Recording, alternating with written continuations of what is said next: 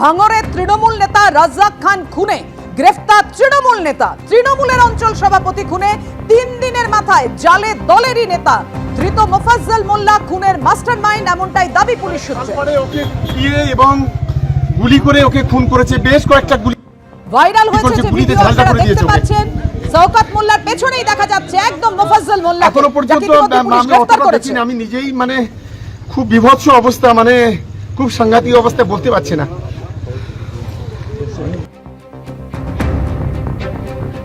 অর্থাৎ বুঝতেই পারছেন খুনের পর ঘটনাস্থলেই ছিল মোফাজ্জল মোল্লা। ভাইরাল হওয়া সেই ভিডিওতে একদম স্পষ্ট।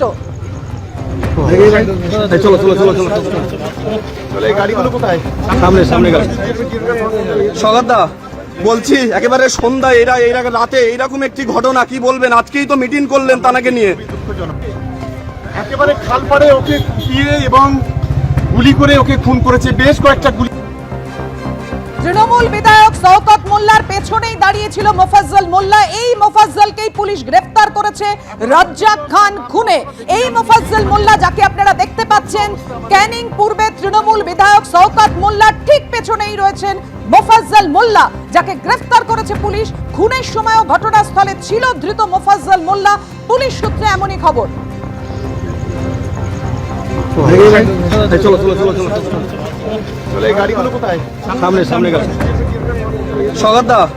বলছি একেবারে সন্ধ্যায় রাতে এইরকম একটি ঘটনা, কি বলবেন? আজকেই তো মিটিং করলেন তানাকে নিয়ে। একেবারে খালপাড়ে ওকে কুপিয়ে এবং শওকত মোল্লাই বলেছেন তৃণমূলে মোফাজ্জল বলে কোনো নেতা নেই, অথচ তৃণমূল বিধায়কের সঙ্গেই তাকে দেখা যাচ্ছে।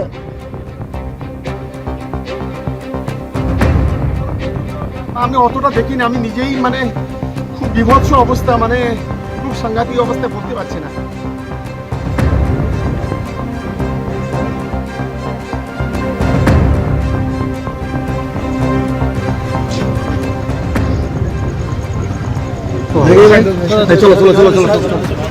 আর এখানেই আমরা জানতে চাইবো ধৃতের স্ত্রী কি বলছেন। কথা বলবো, আমাদের সঙ্গে রয়েছেন আমাদের প্রতিনিধি হিন্দল দে। হিন্দল, দেখো ছবিতে যে ভাইরাল হয়েছে যে ভিডিওটা, তাতে একদম স্পষ্ট যে এই মোফাজ্জল, যাকে পুলিশ ইতিমধ্যেই গ্রেফতার করেছে, একদম দেখা যাচ্ছে শওকত মোল্লার পেছনে। কিন্তু শওকত মোল্লা বলছেন তিনি ছিলেনই না ঘটনাস্থলে এবং তৃণমূলেরই নেতাই নন।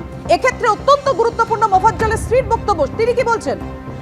একেবারে পাপিয়া, তোমাকে বলে রাখি এই খুনের ঘটনায় কিন্তু শওকত মোল্লার সঙ্গে যখন আমরা ফোনে যোগাযোগ করি, যে এই খুনের ঘটনার 3 দিনের মাথায় উত্তর কাশীপুর থানার পুলিশ যখন গ্রেফতার করলো এক ব্যক্তিকে, যার নাম মোফাজ্জল মোল্লা, এবং তার পরিচয় কি জানা গেল, সে তৃণমূলেরই আরেকজন নেতা।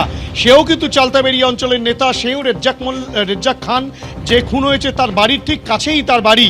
এই দুই নেতা দুজনেই কিন্তু পঞ্চায়েত ভোটে অংশগ্রহণ করেছিল, পঞ্চায়েত ভোটে তারা দাঁড়িয়েছিল, দুজনেই যদি হেরে যায় আইএসএফের কাছে। কিন্তু যেটা শওকত মোল্লা স্পষ্টত বলছেন যে মোফাজ্জল মোল্লা বলে তাদের কোনো নেতাই নেই, তেমনটাই তিনি দাবি করছেন। এবং তার যেটা বক্তব্য যে শওকত মোল্লার সঙ্গে তো ছবি দেখা গেছে, প্রচুর ছবিতে মোফাজ্জল মোল্লা শওকত মোল্লার সাথে রয়েছে।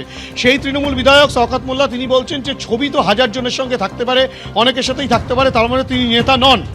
এখানেই কিন্তু শওকত মোল্লার এই কথাকে খণ্ডন করেছেন বা সেই কথাকে মিথ্যা বলে বলেছেন মোফাজ্জল মোল্লা, ধৃত তৃণমূল সেই নেতার স্ত্রী। তিনি বলছেন যে শওকত মোল্লা মিথ্যা কথা বলছেন। এবং শওকত মোল্লার যে মিটিং, 3টে মিটিং ছিল ঘটনার দিন, অর্থাৎ বৃহস্পতিবার, সেই বৃহস্পতিবার 3টে মিটিংয়ে কিন্তু মোফাজ্জল মোল্লা উপস্থিত ছিল। এবং সেই শওকত মোল্লার কথাতেই কিন্তু মোফাজ্জল মোল্লা সমস্ত জায়গায়, শওকত মোল্লার কথায় বিভিন্ন জায়গায় বেরিয়ে যেত, দলটা করত। এবং শওকত মোল্লার পাশাপাশি আহসানের নাম বলছেন তিনি, এবং তার স্ত্রী কিন্তু একাধিক ব্যক্তির নাম বলছেন। এবং তোমাকে বলে রাখি তদন্তকারীরা কি বলছেন। এই ঘটনায় পুলিশ তদন্ত প্রক্রিয়া শুরু করে এবং এই ঘটনায় প্রথম থেকেই শওকত মোল্লা যেটা অভিযোগ করছিলেন তৃণমূল কংগ্রেসের পক্ষ থেকে, যে এই ঘটনার নেপথ্যে রয়েছে আইএসএফ আশ্রিত দুষ্কৃতীরা।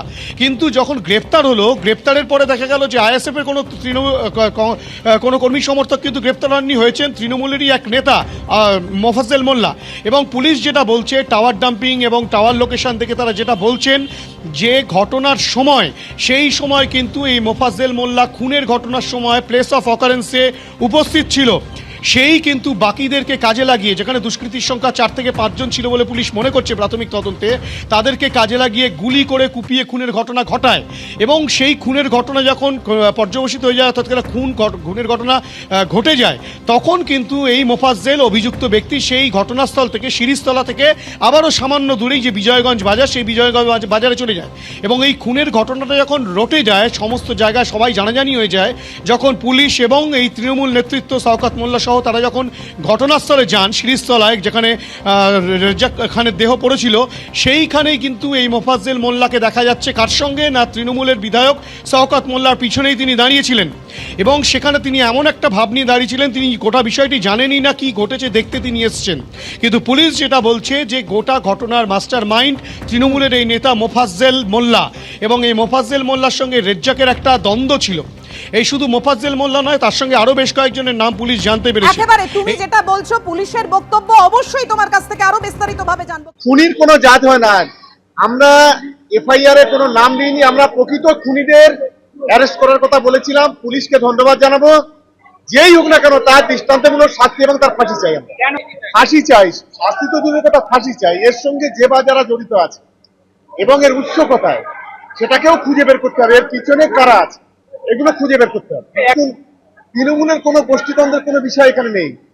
এখানে আইএসএফ এর মদতপুষ্ট হয়ে আজকে যে বা যারা খুন করেছে তারা কখনো দলের লোক হতে পারে না। আর মোফাজ্জেল আমাদের দলের কোনো পদাধিকারী নয়। লক্ষ লক্ষ মানুষ তৃণমূল, কোটি কোটি মানুষ তৃণমূল কংগ্রেসে আছে, তৃণমূল কংগ্রেসের ঘাড়ে দোষ চাপিয়ে লাভ। আমি আজও বলছি এরা আইএসএফ এর মদতপুষ্ট হয়ে এই ঘটনা ঘটেছে।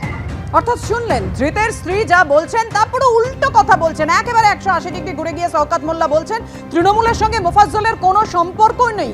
উল্টে আবার আইএসএফ এর দিকে তীর ছুড়লেন তিনি। কি বলেছেন আইএসএফ বিধায়ক নওশাদ সিদ্দিকী, দেখুন। কতটা কনফিডেন্সের লেভেল বুঝতে পেরেছেন? খুন করেছে, খুন করে এসে আবার শওকত মোল্লার অদরেই দাঁড়িয়ে আছে, পেছনেই দাঁড়িয়ে আছে, দাদা প্রোটেক্ট করে নেবে, হয়তো এই মানসিকতা নেই। আর সেখানে দাঁড়িয়ে ওরাই আমাদেরকে বলছে কি শুধু পেছনের। আমি বলছি আগামী দিনে দেখতে পাবেন, যদি সঠিক তদন্ত হয়, রাইট সাইডে কেউ আছে, হয়তো লেফট সাইডে হয়তো কেউ আছে, ফ্রন্ট সাইডে কেউ আছে, ব্যাক সাইডে হয়তো আরও কিছু পাওয়া যাবে যারা এই খুনের সাথে যুক্ত। এটা সম্পূর্ণরূপে চলতাবাড়িয়া অঞ্চল নেতৃত্ব হিসেবে তৃণমূল কংগ্রেসের ছিল, কিছু কন্ট্রোলের ছিল যে আমি এটা কন্ট্রোল করব, ও বলছে তুই দুদিনকারের নেতা, তুই কন্ট্রোল করবি, তোকে হাত ধরে আমি নিয়ে এলাম। এইরকম একটা হতে হতেই এই জায়গাটা পৌঁছেছে।